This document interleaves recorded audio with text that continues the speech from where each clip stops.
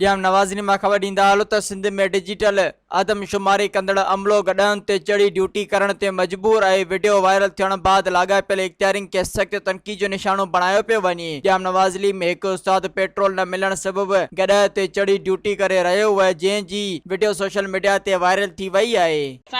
तेल वेल आहे कोन्हे, हाणे इहो गॾे ते असां निकिता आहियूं, ही आदमशुमारी ड्यूटी पियो कयां मां।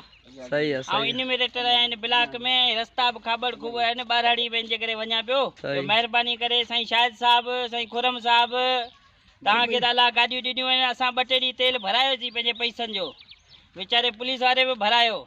हाणे तेल जा पैसा आहिनि कोन्हे, महिरबानी कयो कुझु तेल जो अलाउंस ॾियो।